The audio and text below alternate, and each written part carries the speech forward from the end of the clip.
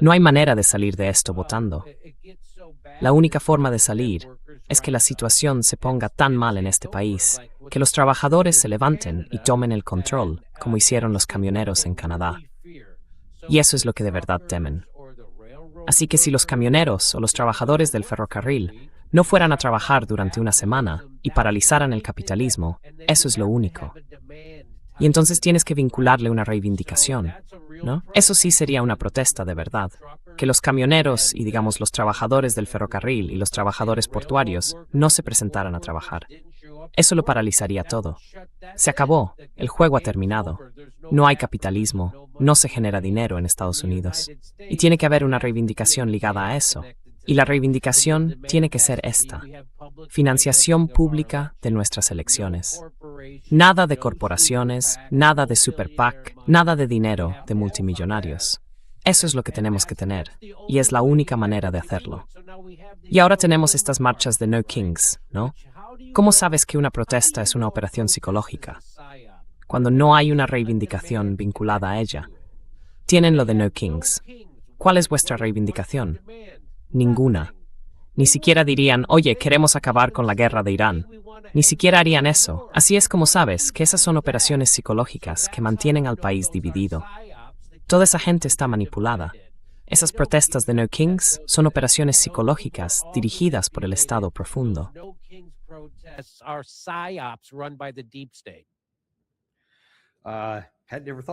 Nunca lo había pensado desde esa perspectiva. Hay otra cosa por la que quiero preguntarte. Mencionaste que muchas de estas cosas no son lo que parecen. Dijiste que la operación en Venezuela no es lo que parece. Ahora bien, lo que parecía era que Trump simplemente quería entrar allí y quedarse con su petróleo, y presume de eso todo el tiempo. ¿Qué dices a eso? Bueno, sí, pero la versión oficial que dieron fue: estamos luchando contra las drogas, estamos combatiendo los envíos de droga. Recordad, están interceptando todos los barcos. Estamos luchando contra esa gente. Él está oprimiendo a su pueblo. Tenemos que liberar a su gente. Y la versión oficial era: vamos a devolver el dinero de su petróleo a su pueblo. Esa era la versión oficial. Pero la verdadera historia era que sí, querían quedarse con su petróleo. Y porque saben que el petrodólar pende de un hilo. Bueno, Arabia Saudí no lo renovó, y pende de un hilo. Y ahora sabemos que ni siquiera van a reconstruir esas bases militares que tienen en el Golfo. Así que, toda la idea que sostenía el petrodólar era que nosotros daríamos protección militar a los estados del Golfo, y a cambio de eso, como compensación, ellos solo venderían petróleo en dólares.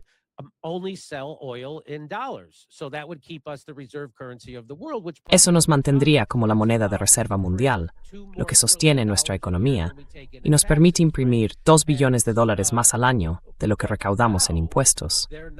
Pero ahora se han dado cuenta de que todas esas bases militares son inútiles. En cuanto hubo una guerra, Irán las atacó a todas y las arrasó. Y Estados Unidos ni siquiera se molestó en intentar proteger a los estados del Golfo. La máscara ha caído. Intentaron proteger a Israel, y ahora ellos lo saben. Y ahora incluso se ha dicho, creo que vi una noticia en Military Times, que no van a reconstruir esas bases militares. Así que, si no van a hacerlo, ¿qué ganan los estados del Golfo siguiendo del lado de Estados Unidos?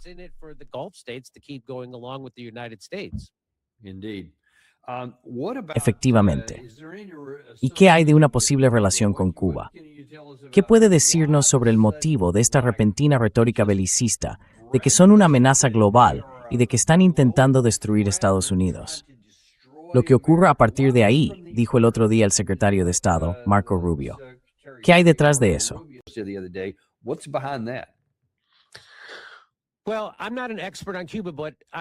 Bueno, no soy experto en Cuba, pero sé que la razón por la que Estados Unidos ha mantenido un embargo e intentado aplastar su economía es que si Cuba tiene éxito, entonces da un mal ejemplo, ¿no? Porque los capitalistas de Occidente quieren poder señalar los fracasos, ¿verdad? Dicen, mirad, el comunismo no funciona, o cualquier tipo de gobierno que sea. El socialismo no funciona en Cuba. Mirad a Cuba, son un fracaso. Y yo he dicho, bueno, si no funciona, ¿por qué tenéis que imponerles sanciones? Dejad que se hunda, dejad que fracase por sí solo. Así que ese siempre fue el problema con cualquier país socialista, que si tiene éxito, especialmente en nuestro hemisferio, por eso tenían que hacerlo. A Estados Unidos le encantan los dictadores. Les encantan los dictadores autoritarios de derechas que hacen lo que les mandamos y reprimen a su propia gente.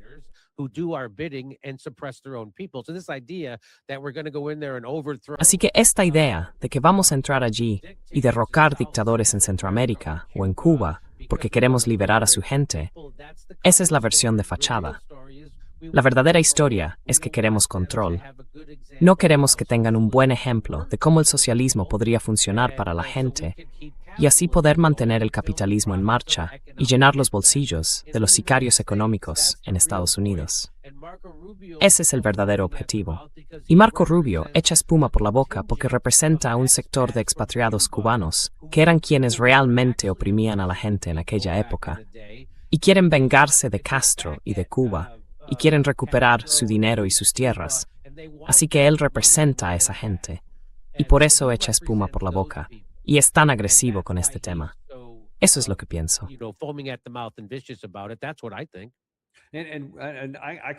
Y desde luego puedo entenderlo, especialmente teniendo en cuenta sus vínculos familiares. Pero ¿por qué el presidente Trump diría simplemente, claro, adelante, vinculen a Estados Unidos con eso? Porque algunas personas del Pentágono y de la Casa Blanca me dicen que saben que hay un plan para llevarlo a cabo y que ahora mismo solo están sentando las bases. Bueno, siempre ha sido una fantasía de la CIA hacer eso. Siempre ha sido una fantasía de los sicarios económicos y de los oligarcas de Estados Unidos, derrocar a Cuba. Intentaron matar a Castro 146 veces en complots de la CIA y fracasaron en todas ellas. Así que ese ha sido siempre, ya sabe, desde Bahía de Cochinos, el objetivo de los sicarios económicos, los capitalistas y los oligarcas de Estados Unidos. Y ahora tienen a un presidente dispuesto a hacerlo.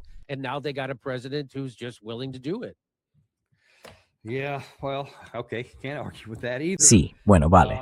Tampoco se puede discutir eso. Pasando a otro tema, aunque relacionado con muchas de las cosas de las que estamos hablando aquí, quizá con más conexiones de las que yo mismo conozco, Epstein, el presidente Trump, Kash Patel y Dan Bongino fueron muy contundentes durante la campaña de 2024. Los archivos de Epstein, queremos que la gente rinda cuentas. La gente de MAGA, pero en realidad personas de todo el espectro, da igual el partido político, quieren justicia para estas mujeres que fueron abusadas. Están hartas de estas élites que abusaban de ellas, etc. Y creo que todos sabemos lo que pasó después.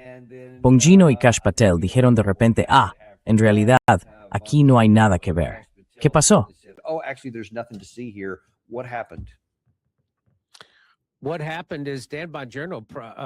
Lo que pasó es que Dan Bongino, antes incluso de convertirse en subdirector del FBI, ya se había comprometido con eso. Le preguntaron en un video, ¿cuál es la causa que más te apasiona? Y respondió, Israel. Quiero decir, eso ya te lo muestra claramente, ¿no? Entonces, ¿qué le importa a un italiano? Porque está comprometido y le han pagado. Y eso es lo que le pasó a Dan Bongino. Así que tiene motivos para mentir.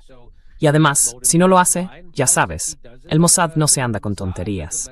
Les encanta hacer asesinatos políticos y presumir de ellos. Y si no te asesinan, te harán la vida imposible de otras maneras.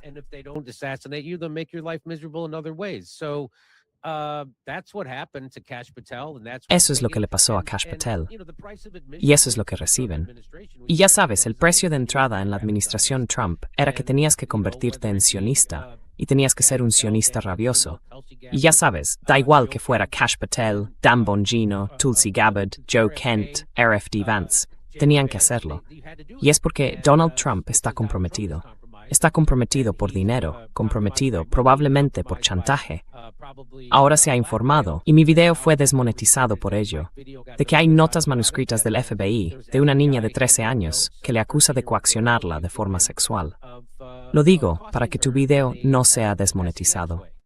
I say that so your video doesn't get demonetized. I say it like that. So Lo digo así. Y hay una razón por la que no lo están haciendo. Por cierto, los archivos de Epstein que conocemos probablemente sean el 10% de los archivos reales de Epstein. Y ni siquiera publican esos, ¿verdad? Porque están todos los videos que tenía. Y le permitieron, y él los tenía. Ni siquiera registraron su propiedad de Nuevo México. Ni siquiera. Así que todo eso fue destruido, y le avisaron de ello. Pudo deshacerse de ello, y tenía mucho. Y he leído informes creíbles sobre trasteros repartidos por todo el país. Así que eso de lo que hablan, los archivos, probablemente sea solo una parte pequeña, diminuta, de las pruebas que tienen sobre ello.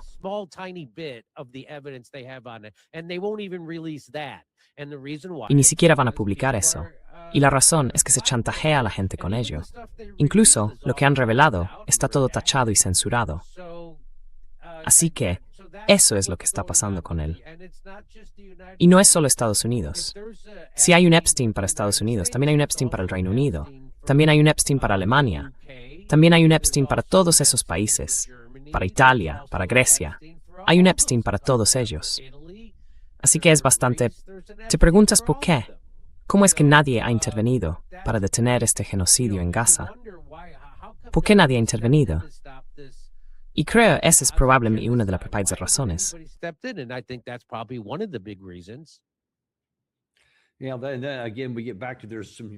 Ahora, de nuevo volvemos a que algunas de estas cosas tienen consecuencias profundas en el mundo real. Es mucho más que dinero. En gran medida la gente muere por ello. Y de hecho, hablando de este tema, has mencionado que hay un hilo israelí que atraviesa muchas de estas cosas.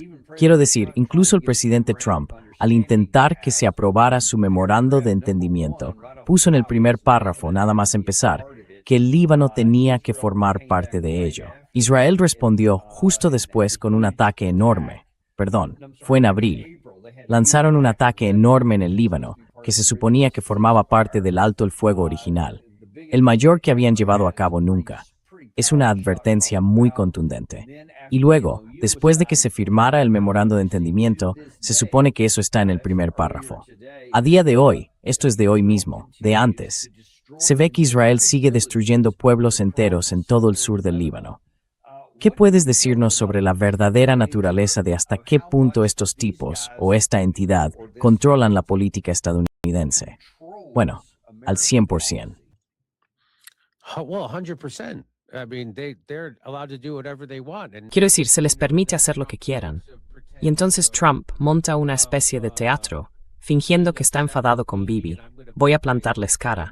Quiero decir, la última vez que J.D. Vance estuvo en Israel, estaba hablando. Fue allí a decir, de acuerdo, no vamos a permitir que se apoderen de Cisjordania. Y ese mismo día, la Knesset aprobó una resolución diciendo, vamos a apoderarnos de Cisjordania. Lo hicieron a propósito, en toda su cara. Nosotros mandamos sobre vosotros. No finjas que tienes algún tipo de autonomía sobre lo que pasa en política exterior en Oriente Medio. Nosotros mandamos sobre vosotros. Y eso fue en toda su cara. Lo hicieron. Así que los controlan al 100%. Y también han comprometido al gobierno libanés. De hecho, el gobierno libanés ha estado trabajando conjuntamente con Israel contra su propio pueblo.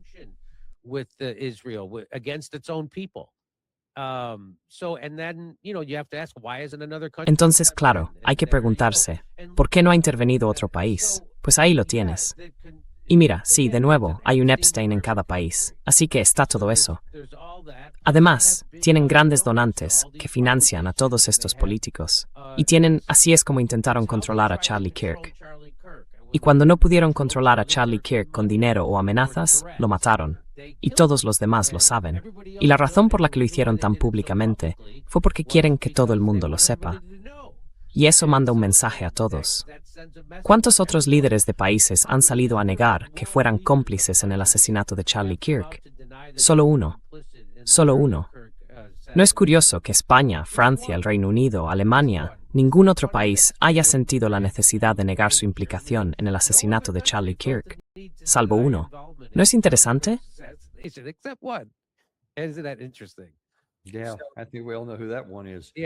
Sí, creo que todos sabemos quién es.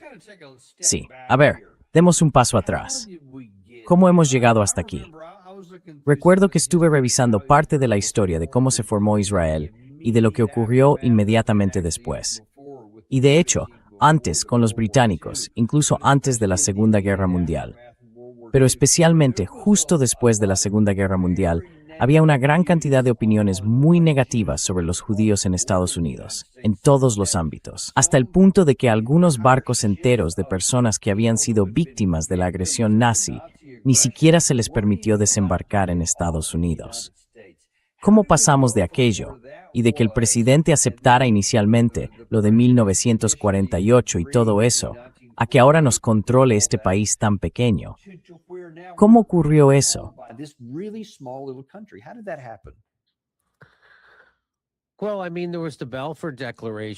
Bueno, quiero decir, estuvo la Declaración Balfour, que demostraba que eran los Rothschild y los banqueros quienes financian las guerras, ¿no? Financian a ambos bandos y todo eso. Así que ellos son quienes realmente controlan, ¿no? Y luego inventaron, bueno, justo después de la Segunda Guerra Mundial, se aseguraron de que los votantes no tuvieran ningún poder. Inventaron cosas como el Banco de Pagos Internacionales, del que nadie sabe nada y sobre el que nadie tiene control, ¿no? Al parecer, ninguna institución democrática tiene control sobre él. Después inventaron cosas como un grupo de banqueros y abogados de Wall Street inventó la CIA, cuya financiación y actividades son completamente opacas. También inventaron cosas como el FMI. Y luego se creó USAID, que no es más que otra tapadera de la CIA. Y así sacaron la toma de decisiones de las manos de los votantes.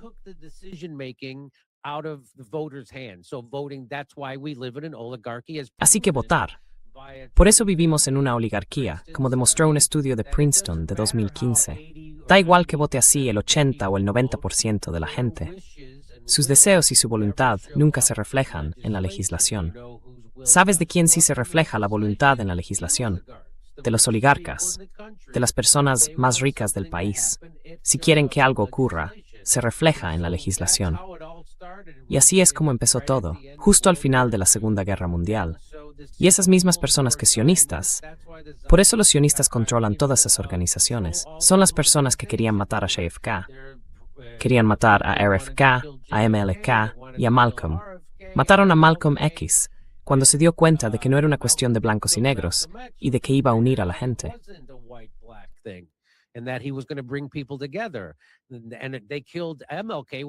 Y mataron a MLK cuando no estaba haciendo una marcha de los negros sobre Washington. Estaba haciendo una marcha de los pobres.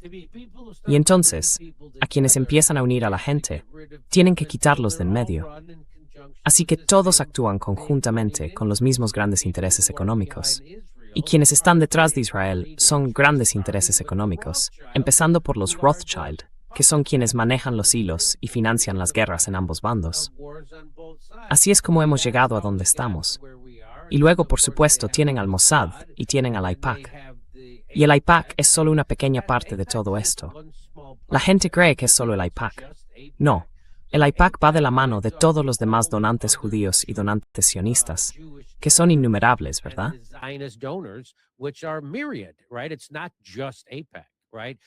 No es solo AIPAC. Y así es como hemos llegado hasta donde estamos. Pat Buchanan ya decía estas cosas hace 35 o 40 años. No es nada nuevo. Lo que pasa es que ahora, como tenemos programas como este, tenemos una cierta apariencia de medios independientes. La gente puede hablar de ello. En los medios controlados por los sionistas, que son todos, los medios tradicionales, siguen sin hablar de ello. Pero podemos hablar de ello en programas como este. Así que más gente es consciente. Y cuando están cometiendo delitos, por eso tuvieron que hacerse con TikTok. Por eso tuvieron que hacerse con CNN. Por eso tuvieron que hacerse con CBS abiertamente, en toda tu cara. Exacto. Y aún así, te llaman antisemita si dices que son medios controlados por los sionistas.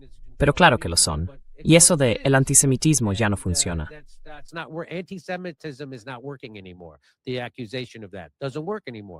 La acusación de eso ya no funciona. Así que es algo positivo. Quiero decir, lo aceptaremos donde podamos conseguirlo, pero obviamente aún queda un camino muy largo por recorrer. Quiero echar un vistazo, en el poco tiempo que nos queda, al plano global.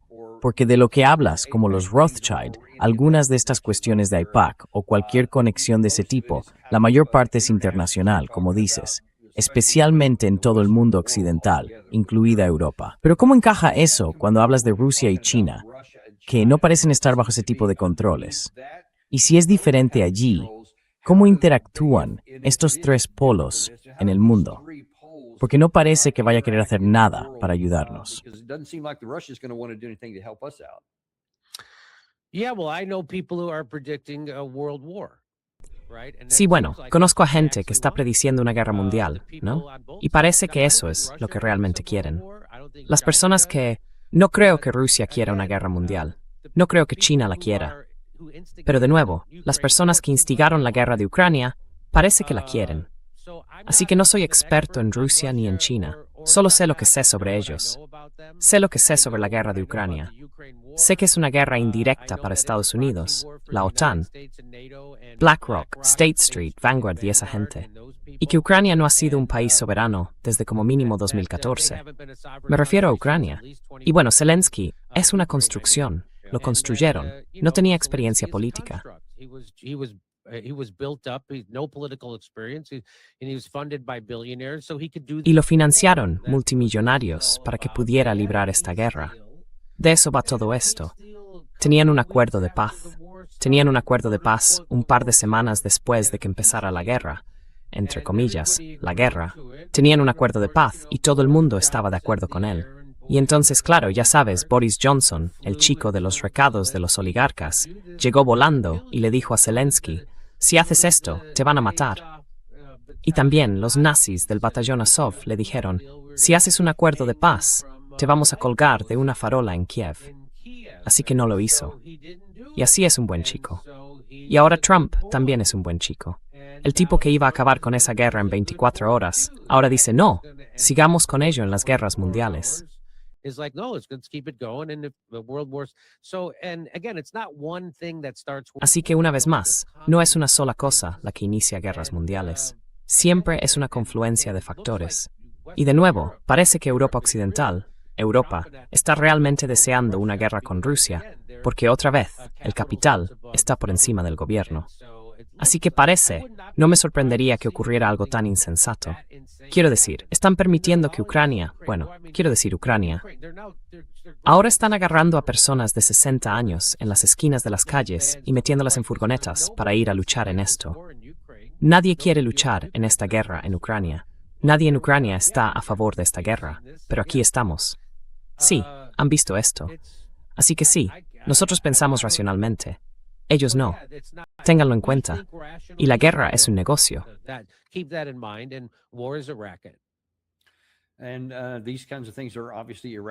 Y este tipo de cosas son obviamente irracionales, al menos desde la perspectiva de seres humanos normales, porque de verdad nos importan escenas como esta.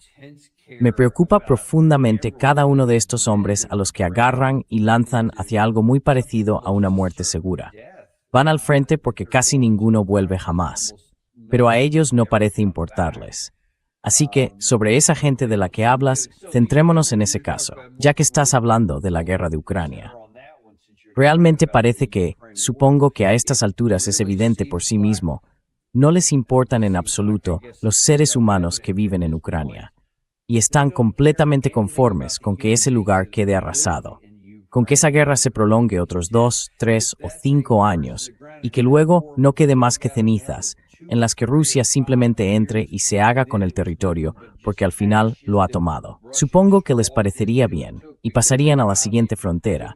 Ahora sería el flanco oriental de la OTAN. ¿Es así como lo ves? 100%, of course, those people don't care about Al 100%. Claro que a esa gente no le importan ellos, ni el pueblo de Ucrania. En absoluto. Zelensky es una marioneta fácil de manipular. Hace todo lo que le dicen. Prohibió los periódicos de la oposición, prohibió religiones, prohibió la libertad de expresión. Se acabó todo. Ya ni siquiera tienen elecciones.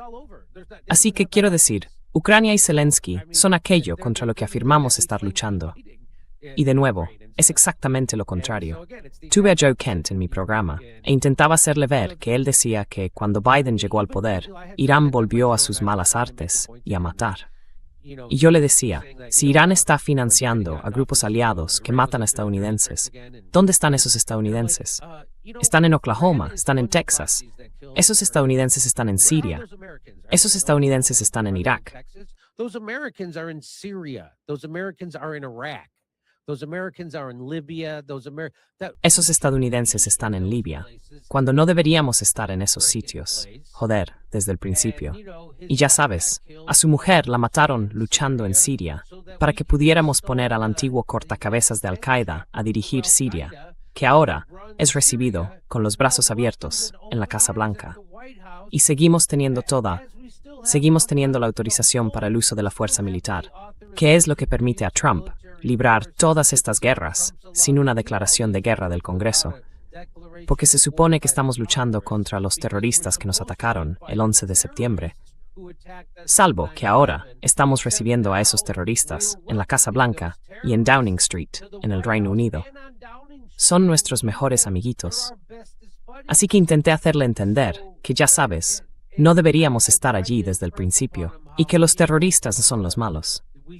Los terroristas somos nosotros, pedazo de idiota.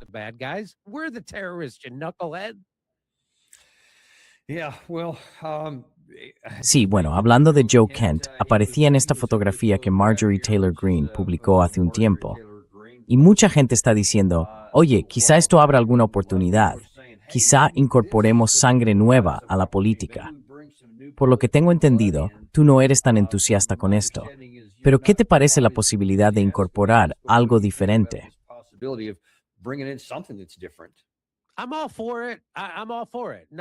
Estoy totalmente a favor. Totalmente a favor.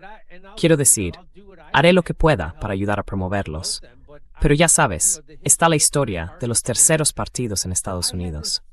Yo tuve esta misma idea después de 2016.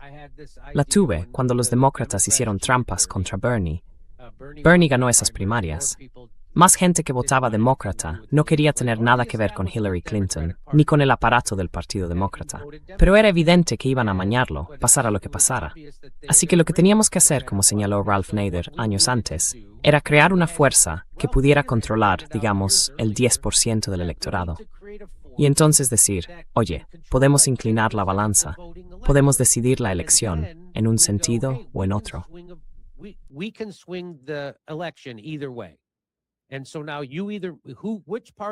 Ahora bien, ¿qué partido quiere atender más nuestras demandas?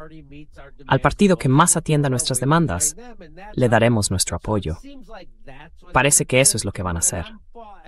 Si pueden hacerlo, yo estoy totalmente a favor. El problema es que, por lo que veo, tendrían que decir, oye, no vamos a aceptar dinero. No vamos a aceptar dinero de empresas, no vamos a aceptar dinero de multimillonarios, no vamos a aceptar dinero de los Super PAC. Si hicieran eso, me sentiría aún más entusiasmado. Pero ya sabes, la ironía es que Thomas Massie, que me cae muy bien, ha estado en mi programa y yo de hecho doné a su campaña, ha acabado sufriendo un poco las consecuencias de aquello que apoya, el dinero ilimitado en la política.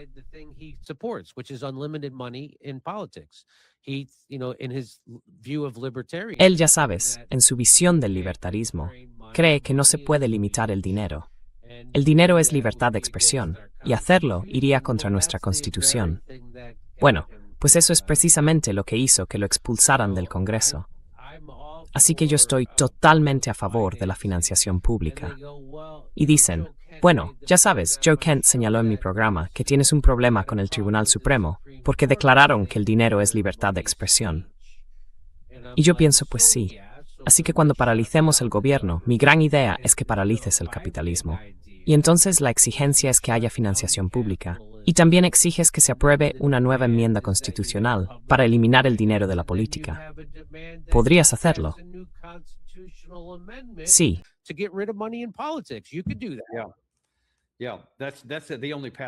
Sí, ese es el único camino que veo. Quiero decir, la sentencia Citizens United en 2010 ha sido lo mejor que les podía pasar a quienes codician el dinero corporativo, porque les da el control absoluto. Y hasta que consigamos cambiar eso constitucionalmente, Ese es el único camino que veo. Entonces, las cosas pasan a ser posibles. Pero llegar hasta ahí será bastante cuesta arriba. Bit of an uphill climb to get there. Pero li stepta menkensul. Well, listen, Jimmy, I can't tell you how much I appreciate Bueno, you escucha, coming on Jimmy. today. No te imaginas cuánto agradezco que hayas venido hoy. Ha sido un soplo de aire fresco. Muchas de las cosas que has dicho incomodan a algunas personas, pero una de las cosas que nos gusta hacer aquí es mostrar que hay otras ideas ahí fuera y que merecen ser escuchadas. Así que, si no tenéis bastante con Jimmy Dore, id a su canal de YouTube. Está ahí todo el tiempo. Y también podéis verlo en persona. Creo que tiene la gira de Jimmy Dore. The Jimmy Dore tour to go to. Thanks so much. Muchas gracias. Se lo agradezco. Gracias por invitarme. Ha sido un placer hablar con usted. Y espero que volvamos a hablar pronto. Talking to you again. Look forward to it, Jimmy. Tengo muchas ganas, Jimmy. Muchas gracias. Os lo agradecemos mucho. Gracias de verdad y esperamos veros en el próximo episodio de Daniel Davis Deep Dive. Davis Deep Dive.